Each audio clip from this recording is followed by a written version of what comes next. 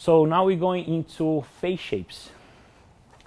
Face shape is aesthetics facial harmony. This allows us this is going to help us to identify which face shape your client actually have.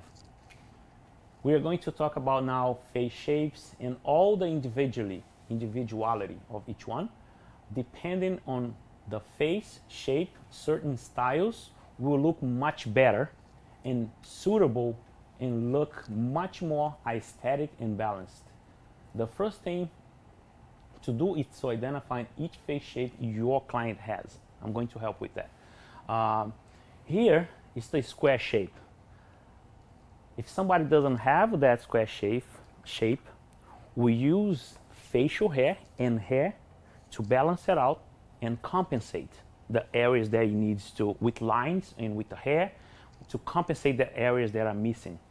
For instance, this one, you don't need hair to compensate that face shape. That's all men are looking for, to look more masculine, right? All we need to do is don't give this box haircut for somebody. What we need to do, create something even more round, use more rounder lines, more rounder shapes, okay, for this. Otherwise, people